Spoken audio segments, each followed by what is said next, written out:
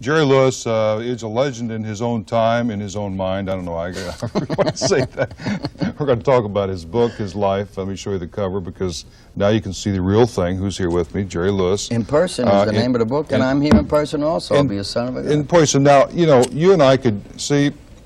I'm going to ignore all this stuff because the book's a very serious book. Well, don't ignore this stuff. This is the stuff that helps me make a living. I know, you need the flame. Where do you get those lighters, by the way? In a very big flame factory. From Mount St. Helens? They have a gift shop there? You don't get them anymore. Jerry, now come on. Okay. I think for the first time I read here the answer to the question you're always asked about muscular dystrophy, why you got involved. Well, I really don't want to talk about that, Joe, and I hoped you would mention it because I have to make it very clear to the viewer that I'm here making a tour to sell this book. This is a profit-making venture on my part. I want to make a lot of money for myself selling a lot of books. You already have a lot of money. What are you talking about? I ain't got enough. And I want to be sure that you understand, as well as the public, that I do not like to convolute the two issues. What I do relative to the association is strictly based on a voluntary act. This is for profits. I really don't want to crisscross or have it appear that I'm stomping this book with use of that information. Well, no, in other words, you don't want to talk about MD at all. I don't want to talk about it at all. It's Even the first time in more than half of my lifetime that I've put that on the back burner, but I have to. Yeah, well, we'll talk about a tangential issue to that, which is the media. Tangential. Now, there's got to be, that means something, right? What does that word mean? Means next to, going Why along did you at the say same next time. to, going along the same time? Because that's 4 words, I could use one. Right, I'll never forget that. An economy of words. A trangestual. They made a picture. Do you remember your Didn't they vocational extra school, the word trangestion? tangent? What? Pay attention, come on.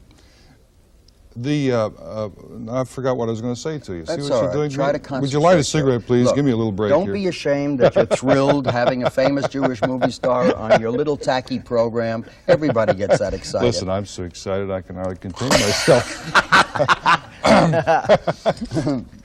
You really have a bad feeling about the media in this country. Some of Present company excluded. Some of the media.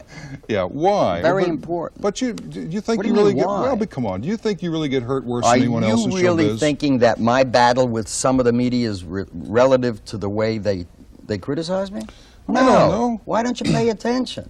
I pay attention, but I think you take it too seriously. I beg your pardon. An incompetent that is inaccurate and writes for a newspaper that presumably is a credible one. How do you ignore that? How do you ignore that when you say, I truly believe that Yasser Arafat has a point of view in his world, just as Menachem Begin has. Now, he prints Jerry Lewis pro-Arafat and stops. What Well, how would you like it to ridiculous. be Joe Abril, et cetera, et cetera? How would you respond? But would you just ignore that? Well, of course. Well, I don't know, but How do you think you would feel if a newspaper man in this town today says, I happen to know that Joe Abril was and is still a part of the Communist Party? Would you just ignore that or get on the phone and say, hey, that's inaccurate, and I'm going to sue you? Yeah.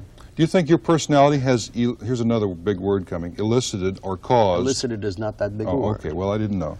Of course I provoke it. There's no question about it, because I will not sit still for it. And you know the way I am. If I'm going to get challenged, I challenge back. Yeah. The problem with some of the media is that they're used to performers in my particular field and people like myself taking the heat because, hey, that's part of the game. I don't play those games, Joe. I've done very well, and I've done well for one reason. I got a lot of talent, and you can't take it away from me. I got a big mouth, a point of view, and I'll rip into anyone I think that's ripped and deserved it. What's wrong with that?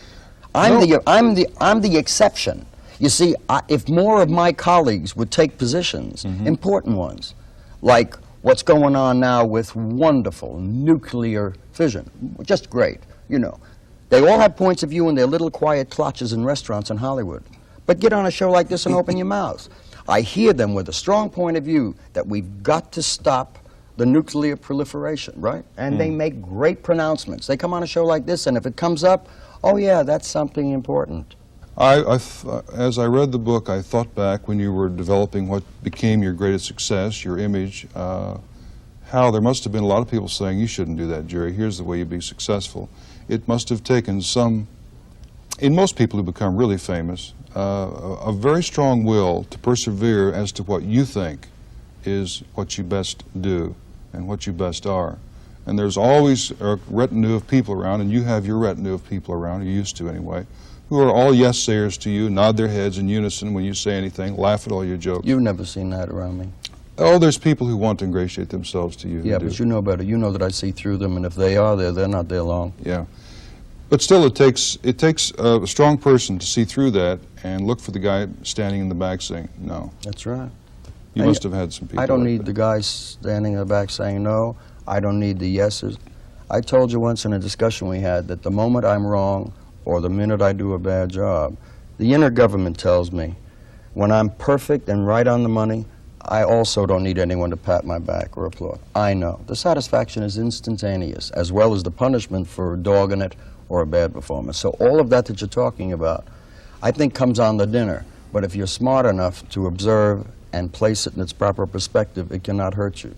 But too many people in my business have suffered from enjoying being an airhead, and they should really examine introspectively what they are before they start judging those around them, and they may wind up as at peace with themselves and with the kind of esteem that I have for myself. Yeah. See, it comes off as overly confident, cocky, egotistical, Wiseacre. and whatever else the dissenters call it, but I call it the thing you wait your whole life for, when you never have to look in a mirror, because I know what's there, and I enjoy what I've become. I'm proud of what I've been able to do, and I'm doubly proud of what I feel I am.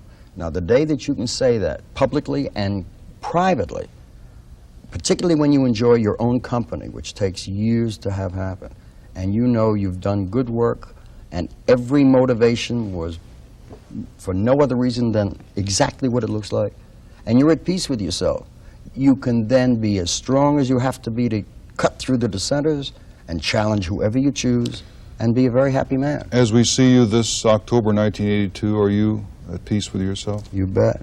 Absolutely. For It's the nice first- to be clear. First time in a long time, huh? Well, it takes a long time. I don't think you can push it. You wish at 40 you had the information that you have at 56. And at 56, I can't wait for 60, because if this is the growth and development, I'm going to be David Niven. I'm going to be like Douglas Fairbanks Jr. with pure white hair, and all of the young people will come to me with gifts like to the Buddha for advice. Now, for everybody watching who'll ask me later, you don't dye your hair. No, the gray is coming in. I see a little gray. Yeah, it's coming. But for 56, Dye my you hair, don't, you you don't look nuts. bad. And this is not anyone's but mine. The 2 holes I couldn't do anything about. They've been there for Okay. years. All right. Now, don't get too silly. We'll end. It's Don't been get a pretty too serious, silly. Been a pretty Why didn't serious you get interview. Bishop Sheen on your program? Now I'm going to have a psychiatrist next. I'm going to Okay. talk. Jerry, thanks. You just had one. You don't know it. You're right. Thank you, Joe. Thank you. We'll be right back.